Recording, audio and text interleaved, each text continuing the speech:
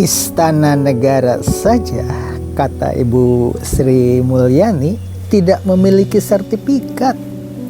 Bagaimana dengan rakyat kecil? Marilah kita simak penjelasan berikut ini. Istana negara atau istana kepresidenan menjadi salah satu aset negara yang tidak memiliki sertifikat.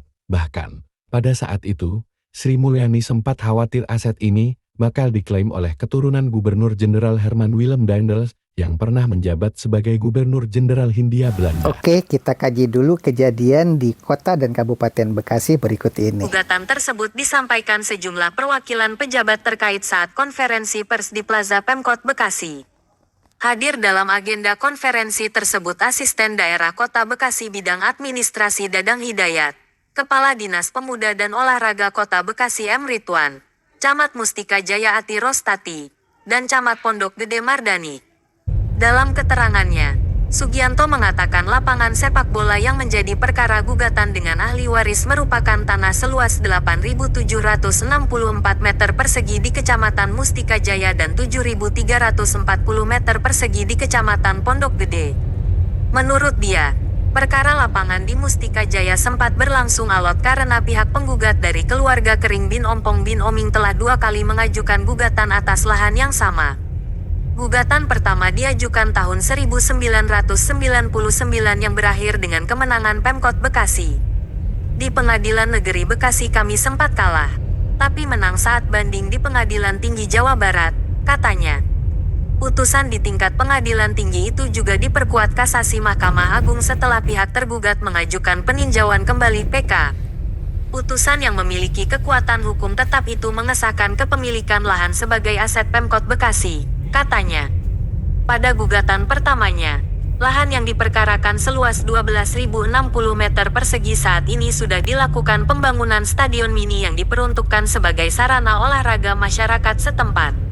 Pada 2016, anak cucu ahli waris kembali mengajukan gugatan atas objek yang sama dengan luas yang lebih sedikit. Pernah ada kejadian menarik di dunia pendidikan. Para guru pada saat itu dari lulusan IKIP Bandung rata-rata yang ditugaskan di SMA 1 Agus Salim Kota Bekasi saat ini berbondong-bondong membeli kapling yang ada di Grand Wisata. Grand Wisata pada saat itu belum ada.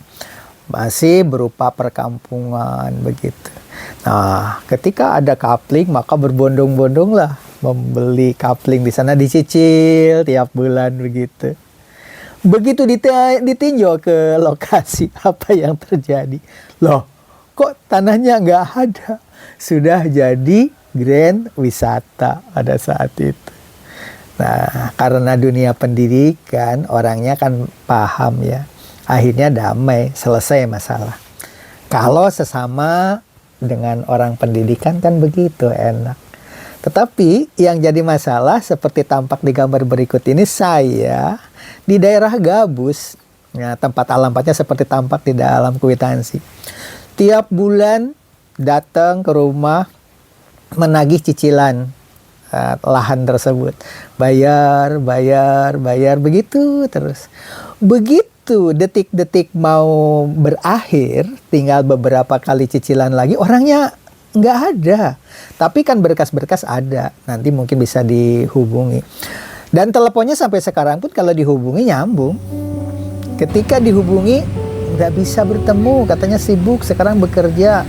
Ada yang bilang bekerja jadi satpam, pernah juga ditelepon katanya bekerja di perusahaan, dan terus ingin bertemu saja walaupun malam hari susah, nggak bisa.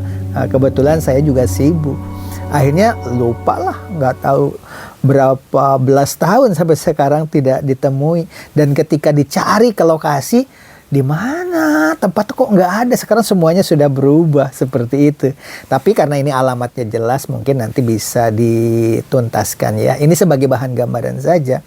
Jadi dari mulai Istana Negara sampai kepada lahan terlantar di Subang yang miliknya Eyang Rangga sebagai tuan tanah, yang ternyata ada sertifikat di zaman Belanda miliknya keluarga Hopland. Nah, ini kan rame di antaranya. Saya sendiri di Bekasi mengalami hal yang sama.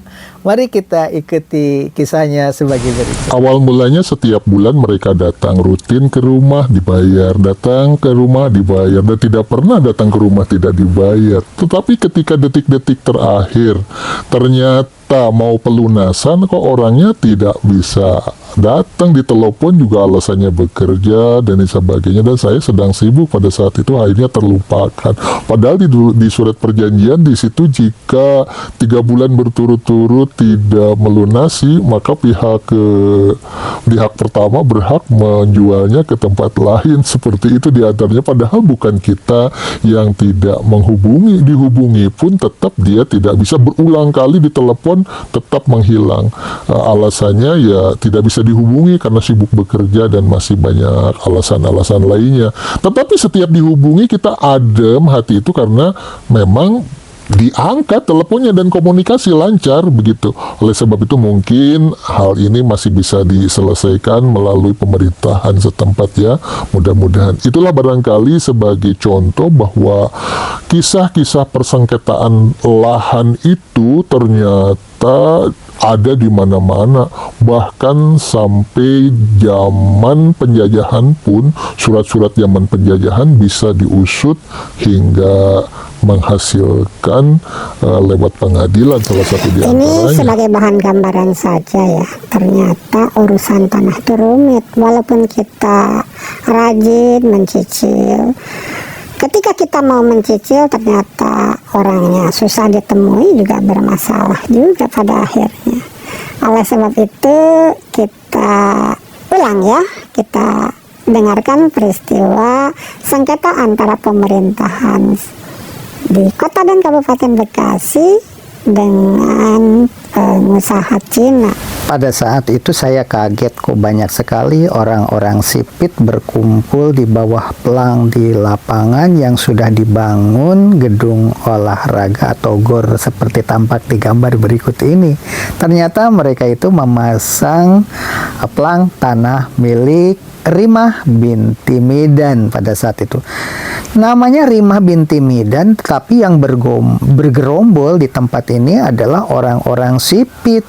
Tampaknya orang-orang berduit itu. Nah, di luar dugaan datanglah seorang guru SLTP yang mengaku bahwa ini adalah lahan milik keluarga dirinya, tetapi sedang diurus di pengadilan. Gak apa-apa mau berhasil atau tidak katanya. Emang kenapa? Kan itu pakai duit. Yang ngurusin kan orang Cina, katanya bilang begitu. Jadi yang punya lahan itu sebenarnya tidak mengurus. Yang mengurus itu adalah orang-orang pengusaha Cina. Karena apa? Itu cocok tempat dijadikan mall ya, seperti Metropolitan Mall atau Bekasi Plaza begitu kan, memang tempatnya strategis itu. Nah, itu salah satu gambaran. Ternyata yang mengusut masa lampau itu sampai kepada lahan milik penjajahan Belanda, misalkan miliknya Tuan Hopland. Kita tonton dulu ya video kasus seperti serupa.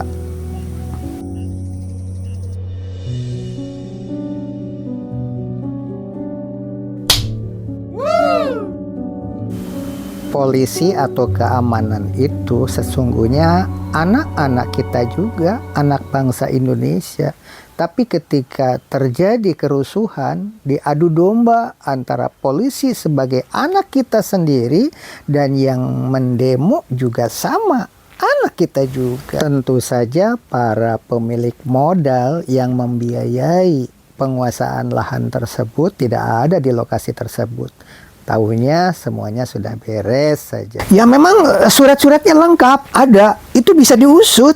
Karena apa? Karena mereka punya uang. Salah satu contoh diantaranya lahan yang tadi diunjukkan itu, yang bergerombol di situ adalah orang-orang sipit. Hati-hati, tidak semua orang sipit seperti itu kan. Felix Xiao sendiri kan orangnya sipit. Stephen juga sipit dan masih banyak orang-orang sipit baik. Inilah barangkali sebagai bahan untuk masukan bahwa semua lahan yang kita tempati itu bisa diusut kalau surat-suratnya tidak lengkap. Ada kalanya surat-surat lengkap juga bisa diusut juga karena memiliki surat sertifikat ganda. Si A dengan si B sama-sama memiliki surat dan susah dibedakan. Mana yang asli, mana yang palsu. Itulah barangkali rumitnya ya. Namanya juga di dunia ini kan hanya sementara, ini ujian. Aman, tentram, damai bagi mereka yang berduit. Nah, yang rusuh-rusuh itu kan mereka yang diadu domba, yang hanya mengandalkan penghasilan kerja harian, kerja buruh, atau dengan bayaran bulanan tentunya. Mengurusi lahan sengketa seperti ini juga kan sebagai sampingan cukup menguntungkan. Ada orang-orang tertentu senang kalau ada masalah seperti ini. Ada kisah yang lebih lucu lagi di daerah Sukatani pada saat itu ya, teman saya juga. Tiap bulan dia itu mendapatkan padi dikirim karena punya sawah di situ lumayan banyak sih, hektaran, dari tanah gusuran yang ada di Jakarta lah. Dibelikanlah tanah di daerah Sukatani. Tiap bulan dikirim padi terus saja begitu. Karena sudah mau pensiun, ya udahlah kalau gitu yang di pinggir jalannya kita bangun menjadi bangunan rumah atau bangunan apa kek itu untuk liburan. Ketika dibangun tiba-tiba yang punya lahan datang. Ini lahan saya, ini surat-suratnya. Bengong. Jadi selama ini yang dia terima hasil panen itu bukan hasil panen dari sawah itu, tapi dia beli. Itulah salah satu contoh kisah di Bekasi yang paling lucu. Bekasi itu wajar ya, daerah padat, mungkin susah mencari pekerjaan bagi orang-orang tertentu. Bahkan pernah kejadian orang alim yang ada di Subang, pejabat Cisalak pada saat itu, orang tua saya, di daerah dekat pemakaman Eyang Rangga, di situ ada sawah. Sudah dibeli, sudah diolah setiap hari, tiba-tiba datang dari kota, datang ke sana, mau nengok. Lah ini sawah saya, ini sawah saya.